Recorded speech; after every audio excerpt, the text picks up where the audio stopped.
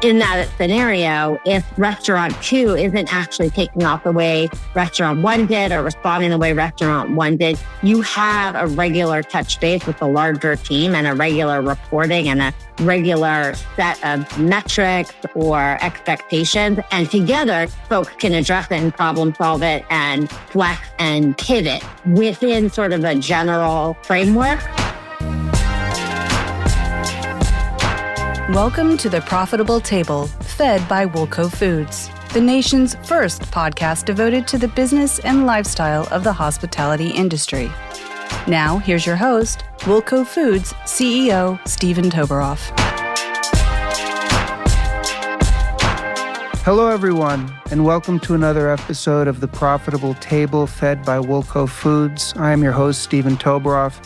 And today I'm very excited to interview my guest because it's on a subject that is, I think, very much relevant to the hospitality industry, and yet a subject that we haven't explored really at all in this podcast, and certainly not with the level of expertise that we're going to explore today. So without further ado, let me introduce my guest, which is Jennifer Geiling. She is the president of 1digit, a management consulting firm that specializes in government contracting, business strategy, and operational transformations. Jennifer, thanks so much for taking the time to speak with me today. Thanks, Steven, for the invitation. Looking forward to it. So, before we sort of get into it, I would love to know a little bit of the background about yourself and how you came to become the president of 1digit. Sure. So I began my career in corporate law. Technology was my area of expertise. And like so many people who enter the nonprofit and social service sector, I was moved by a personal story. My brother-in-law was born with developmental disabilities that created a lot of social isolation. And I established a nonprofit more than 20 years ago to introduce people who were similar to my brother-in-law, Hank, to social networks and socialization, also open up barriers to engagement in and around communities, local communities, and create greater accessibility for people with disabilities. The organization is called Hankering for More, and my brother-in-law's name is Hank. Through Hankering for More, Hank not only made a circle of friends, but met his wife, and they've been happily married for 15 years. So it's a nice personal story. I was driven to stay inside of human services, though, because of some of the interesting operational challenges that organizations face, especially here in New York City. The majority of social services are funded by government contracts. So when you see an after-school program, many of our early childhood programs, older adults or senior centers, they're operated by nonprofits, but they're actually funded by government contracts. And the relationship between the government and the nonprofit is oftentimes one of partnership, but also one of a number of different challenges. Some of those challenges are responding to changes in the community needs, like we saw during COVID-19, and some are really contracting challenges and difficulties navigating, government bureaucracy. So I went back to basics, went back to school, went for a master's in public administration to study some of these system obstacles and how to change system practices, and joined the New York City government back in 2016 to implement changes in the relationship and in the business policies and practices. And I did that for quite some time, and eventually made my way to 1digit. And 1digit's been around for 10 years, and we continue to lead in system changes. So whether they're driven by legislative advocacy, they're driven by city agencies that are trying to change and evolve with the time, or they're driven by businesses that are looking to expand their scope and develop new revenue streams. We look at opportunities across the board and look at opportunities to support innovative, creative thinkers and folks who are really looking to get things done. That's a very inspiring story about the non-for-profit that you started, especially leaving a corporate law job to do that. I think a lot of people when they're in a position such as that, they sort of fantasize about what they would do, but they actually don't do it. But to actually do something like that and achieve that level of success is really admirable, and make that change. And it's a great sort of catalyst to get into this nonprofit. Let me ask you, with respect to the nonprofit space, I guess the city is willing to delegate or at least partner up with other entities to perform functions that are vital to the efficient and effective running of the city. How much sort of input do nonprofits have with respect to the demands that the city places on them? Or is it just simply a case where they just are going to be applying for whatever participation the city can give financially? Or is it more of a collaborative sort of working relationship depending upon the nature of the nonprofit? We hit one of the biggest struggles and tension points in the relationship. So the ideal scenario is that it's a collaborative partnership all the way from the beginning. So before the city even thinks about having an after-school program or a shelter for families, they're in the community talking to the families, talking to the clients. They're also talking to the nonprofit, who are trusted voices in the community, who will be delivering the services and who really understand what the needs are for the individuals that they serve. So that's the ideal situation. And then through that conversation, the city has a good sense of what the program should look like, what the need is for the service. And that information goes into an RFP, request for proposals, that's then released, and nonprofits can propose on them. The key difference, or one of the key differences between the proposal process for human services than for other types of services like professional services, consulting, or IT services, one of the key differences is when the RFP goes out to the street for review and proposals, it goes out with a price tag. So the city will say, we need to operate an older adult center. It will be located, in Harlem. It will serve X number of adults, and it can cost no more than $10,000 or whatever the contract amount is. So whereas on the private side, when the government goes out to bid, they will say, we want to build a bridge, between these 2 points, and we want it to be ready by, 2026. You vendors tell us how much it's going to cost, and we're going to evaluate your proposals based on price and expertise and, safety standards, et cetera. So a big difference is that the price is set from the beginning by the city. And oftentimes, the price or the amount of the contract does not actually cover the full cost of delivering the service. So a big piece of the tension is how, for these nonprofits that exist primarily based off of city or government revenue, how do they fill the gaps? How do they employ enough staff, which is often driven by a contract. The contract might say you have to have one staff member for every 3 clients or 5 clients. So how do they find the right staff, the number that's required by the contract, also pay the rent, turn the lights on, pay insurance, and pay for food, right? That is all what they're trying to grapple with.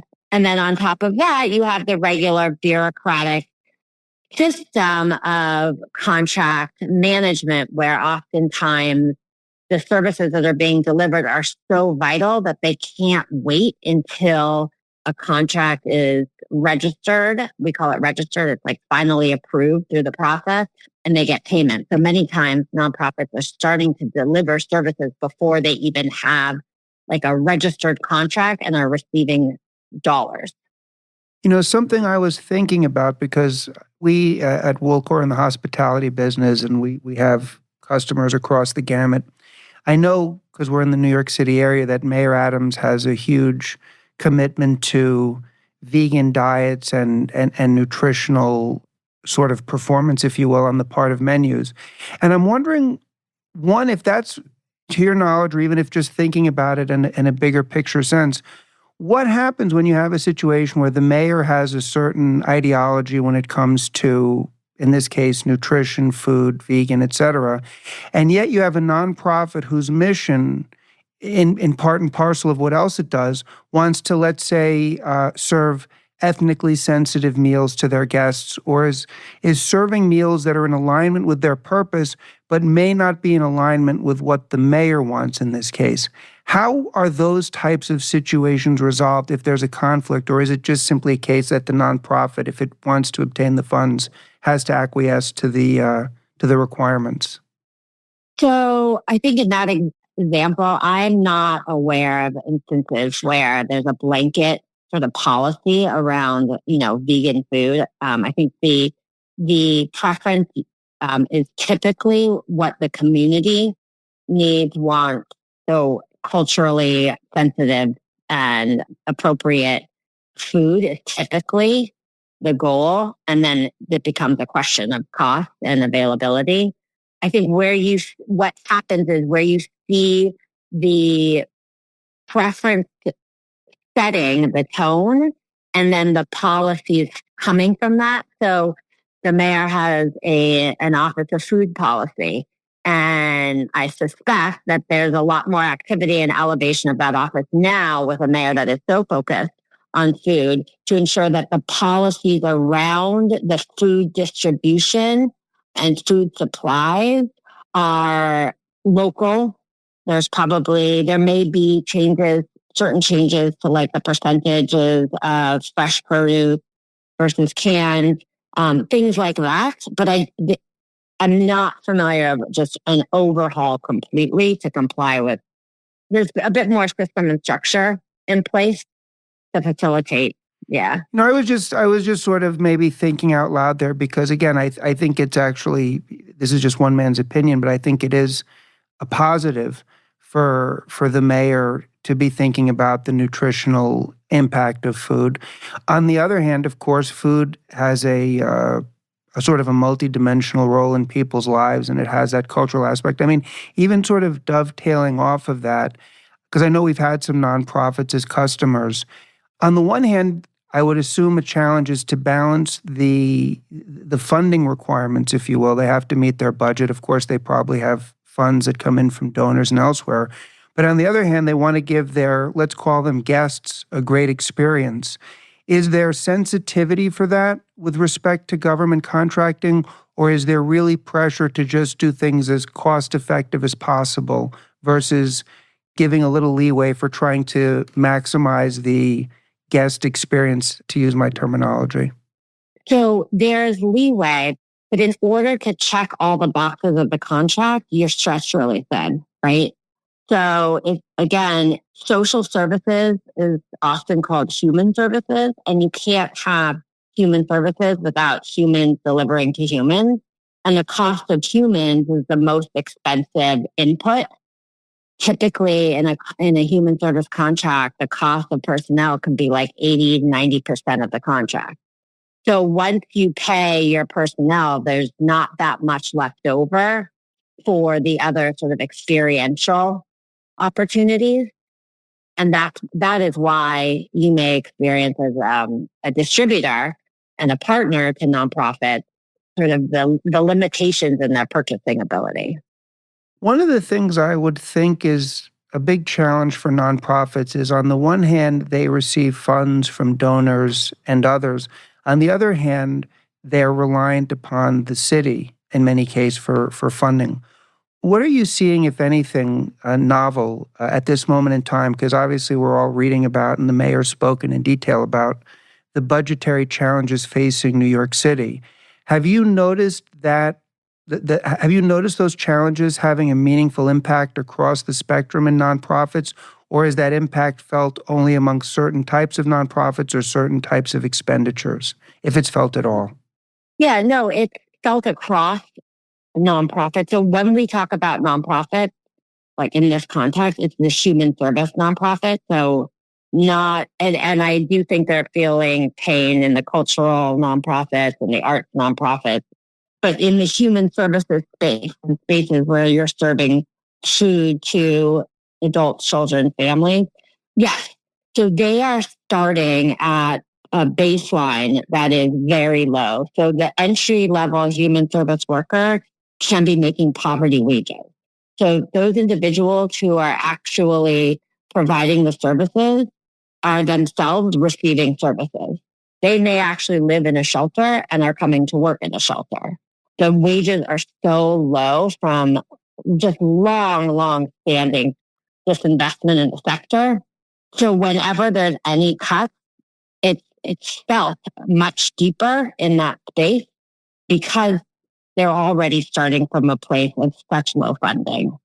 So they are feeling it. I mean, there's articles almost every day in the local paper. There's one again today in the city about, there's a magazine called The City about the slow payment time for nonprofits. Part of it is the budget cut. Part of it is some system changes that have slowed things down tremendously. So they're always operating at a deficit. And I would imagine that in these moments, they're probably putting more pressure to the extent they can on their donors or seeking funds elsewhere to make up for the gaps because certain budget holes have to be met. Yes. And one of the biggest problems with fundraising, so if I can put a sort of an idea in folks' heads, is this notion that you only want to give to a direct service. You only want to give to the coach on the soccer field with the kids or the, instructor for the older adult class. But you can't have the coach on the soccer field if you don't have the back office individual writing the check and making sure it's getting deposited in the coach's bank, right? And that's called an indirect cost. So when thinking about the organization, often they'll say, will you give to our annual fund or general fund? And that goes to, wherever the nonprofit needs to make it up. It might be food. It might be, in a contract where they're underfunded. They need money all the way around. And it's very, very hard to fundraise for those gaps in dollars.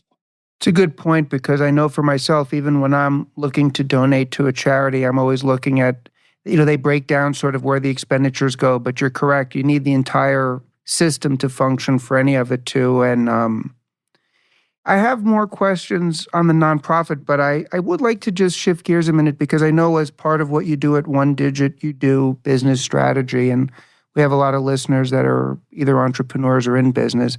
And would love to know from your vantage point at 1digit, if you could highlight maybe one or two of the most common mistakes you see businesses making when you go in and help them rework their strategy. Just sort of common observations you make that would help people to be aware of so perhaps they may avoid them or identify them before those become a problem. Sure. So I think a big one is neglecting the long-term operation.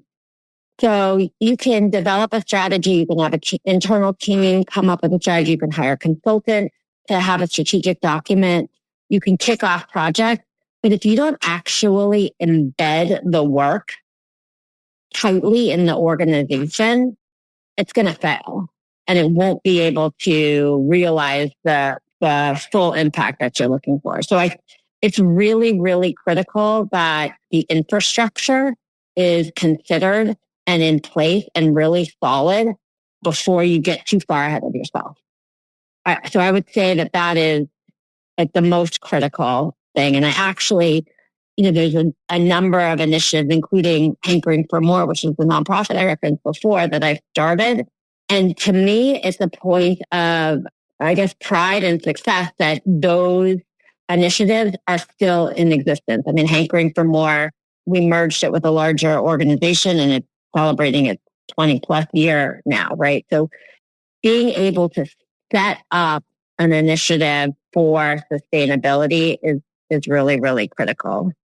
And the components of sustainability would be having, I guess, proper disciplines in place, proper systems. Could you just talk a little bit more about that? Because in a business context, I know what you mean. There are people, or this is one iteration of what I think you're saying, and I do see this a lot, and I think it's a big problem, where people will have a grand idea or they'll start a restaurant. Let's talk about a restaurant. And they'll just be hyper-focused on the cuisine. And the cuisine is excellent. But they neglect to focus upon all the other aspects that are going to be required for that business to function: budgeting, paying your bills on time, staffing, recruiting, etc. Is that what you're talking about with respect to the nonprofits as well?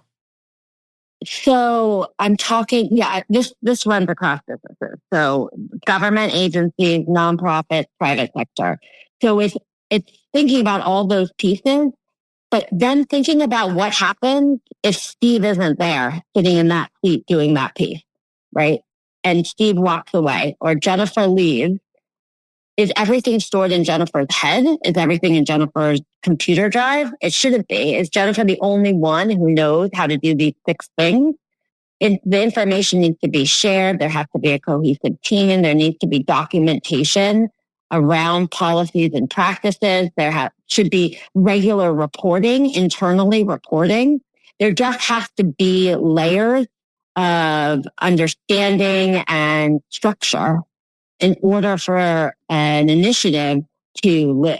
It can take off. People get really excited about the new, shiny activity or possibility.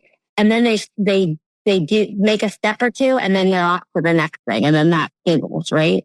So it's really about like having a very solid, strong foundation that allows that initiative to move forward and be its own living, breathing thing that's not dependent on one individual, not dependent on like the energy at the moment. So that to me has been, I see that happen a lot, like a failure to really appreciate the need for structure and discipline and the operationalizing of strategy. I think that is such an excellent point, and I think it's one of the main reasons that I've seen from my vantage point, selling to a lot of different businesses in the hospitality space, why a business in that space will fail, because there's not enough. In some cases, there's not any focus on exactly what you're talking about, and it's my belief in any business, and the hospitality business is no different. Anything that can be systematized, any information that can be shared, any level of cross-training that can occur, this is vital for the sustainability of a business and a lot of times scaling it. I've had a number of instances where we've had customers that have had an extremely successful concept. They're doing very well. They open a second concept and it brings down both of them, because they never put in place a level of structure that enables them to replicate it and interact with each other. And then conversely, you have other concepts that are executing at every level that the customer sees, the cuisine, the cocktails, the service, what have you. But they also get it from the back end as well and understand what needs to be done there. So I think that's an incredibly important point. You're exactly right. Like, you have to be disciplined and think nuts and bolts. But on the same hand, you can't be so rigid, right, that you're not able to respond to an opportunity. Not be like the second restaurant may actually have like a few dynamics that make some of the practices different. But if you have enough in place, like the reporting is like, there is a critical piece of all the work that they do is how do you embed regular reporting so that there's accountability. So in that scenario, if restaurant 2 isn't actually taking off the way restaurant 1 did or responding the way restaurant 1 did, you have a regular touch base with the larger team and a regular reporting and a regular set of metrics or expectations. And together, folks can address it and problem solve it and flex and pivot within sort of a general like framework. But you got to have that framework, and then it's got to be able to give a little bit, as you're moving forward. So you can be entrepreneurial and creative and responsive. Such an excellent point. It's true. The more sort of we can use the word discipline, or the more on top of those dynamics you are, actually the more freedom you have to be creative or to be pivot. I mean, I like to also use the phrase, which I think is analogous to what you're talking about, which is knowing your numbers. Here at Woolco, we have monthly meetings in every financial metric of the company. The more you know your numbers, the more optionality you have to make decisions. And I do think that for certain types of businesses or certain types of business owners, particularly when they're getting started, if they're not comfortable with that, or they don't think it's fun, or they don't want to spend time doing that because they feel it's taking away from what they consider to be more important, it is a huge mistake. So it's very interesting to see that that's something you've come across, because that's something that I think about a lot as well, and I think is very important. I was going to ask you, and maybe I will, I was going to ask you, what sort of forecast you have for the future, or what you see sort of the nonprofit dynamic looking like over the next 12 months. But before I ask you that, because you have such a terrific and sort of a diverse experience, what one thing could be being done different at the state or city level? If you have an opinion on this, what decision or what thing could be done differently that would have a positive impact on nonprofits and how they function in any capacity that's not being done that you would suggest? And it doesn't even have to be financial. It could be any type of dynamic, whether it's a different form of communication, a different type of collaboration. What suggestion would you make to the state side, for just to use an all-encompassing word, of the equation that would make their relationship with the nonprofit more successful and beneficial for the nonprofit? So I think the state is really picking up their game with the nonprofit. I think the governor is very engaged with nonprofit partners, understands the work. She's out in the field. Her team is looking at the business relationship as well as the services in a very meaningful, robust way. And they've set up a number of conversations and actions to try to grow and strengthen the partnership and the relationship. So I do think that they are definitely on a good track. I mean, there's always an issue around, just to be clear, like there is an issue around funding across the board. And it's not just in New York, it's across the country. So that's always an issue. And there's a lot of different advocacy campaigns out there to inject more investment into nonprofit human services workers. Typically, it's addressed, historically, I should say, it's been addressed through a COLA, a cost of living adjustment that was discretionary. This governor has done it, which is terrific, but it's not really tied to a rate of inflation or consumer price index. So it hasn't been maximized, because if the base wages are so low, the COLA doesn't, and if the COLA is below the rate of inflation, it doesn't lift the workers necessarily out of poverty and keep them at a higher level. But to be clear, this governor had the discretion and taken it to invest COLA dollars. I think on the city side, which I'm much, much more familiar with from my time in the city, there's a lot of opportunity for investing in the nonprofit sector. And there's opportunities that are budget neutral, that just could get money out the door much faster. So it doesn't require more money, but just requires more timeliness. There's opportunities to enhance conversation.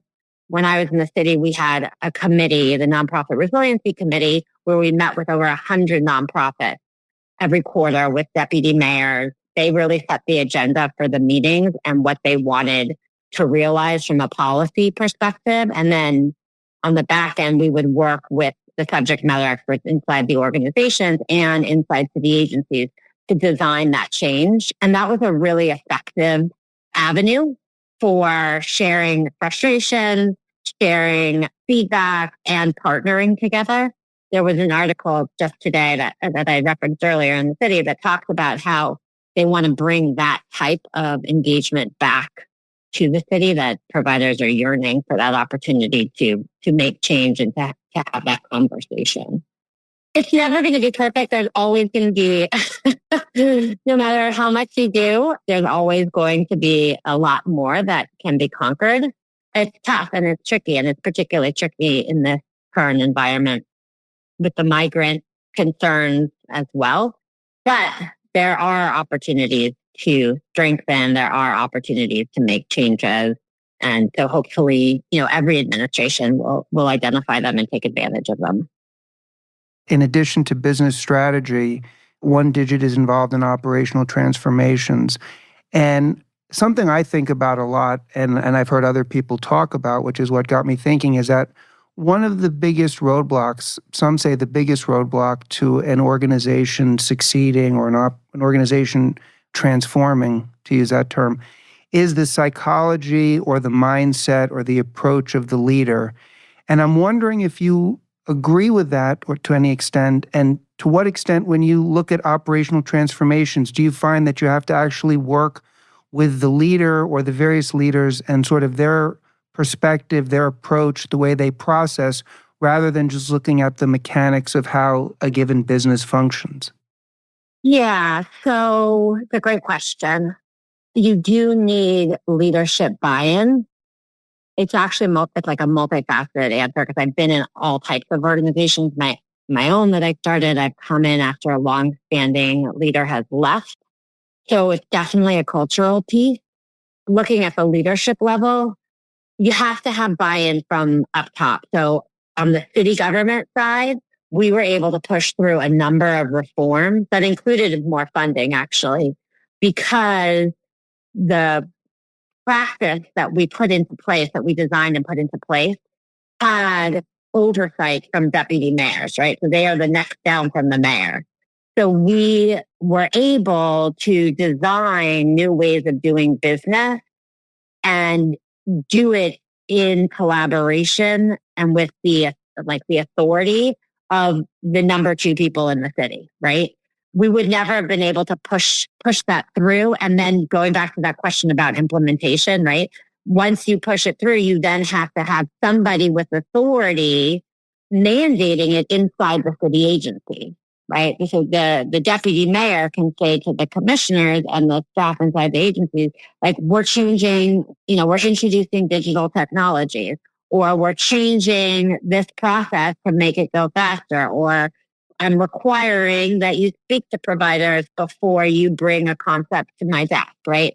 So you have to, the leader has to be on board with that. But I think the other piece is, as much as a leader's on board, the organization culturally has to embrace it. And that is oftentimes where it can be just as difficult. And again, you can look at like the city, or you can look at a leader who's entering a new organization and has a lot of great ideas, or perhaps even has a mandate from their board to make changes. But if you're dealing with, staff of hundreds of people or thousands of people, they're not going to just flip the switch because you walked in, right? If they're used to using a particular system for 20 years, and all of a sudden you're telling them that they're no longer clicking boxes on this screen, but they're going to be facilitating a conversation or using different screens, that change can be very, very difficult. So culturally, the leader can be on board, but the team could be very slow to getting on board. And you manage a large operation, so it's tricky. It's true. I completely agree. You have to get buy-in from the team, and that's a whole other set of sort of behaviors that are required. I think from the perspective of transformation at a company level, I think the first thing, this has just been in my experience personally, and people who have asked me my opinion or things that I've observed, is if the leader is extremely close-minded or defensive or has any of those attributes, it's going to be tough for the organization to actually transform and do what it needs to do. But if leaders can sort of practice the habit of being sort of open-minded and eager to learn, active listening, these can all be incredibly important, because ultimately they're the ones that are going to set the tone. And then they can begin the process of doing the work to get buy-in from everybody else. But if they're not the type of person that has those character traits, it's going to be tough to expect other people to do it. But I very much appreciated your insights into that, and I've really, really enjoyed this conversation. I think there's a tremendous amount of beneficial information here for people across the business spectrum. So I greatly appreciate you taking the time to talk with me, Jennifer. This was really very enjoyable. Yeah, likewise. Very enjoyable. Thank you. And look forward to another one in the future. Absolutely, Jennifer. So again, thank you for your time and have a wonderful day, okay? Thanks, Steven. Thank you. Thank you for listening to The Profitable Table, fed by Woolco Foods. Please be sure to rate and review the show on Apple Podcasts or your favorite podcast app. And to learn more about Woolco Foods or Steven Toboroff, please visit us at woolcofoods.net.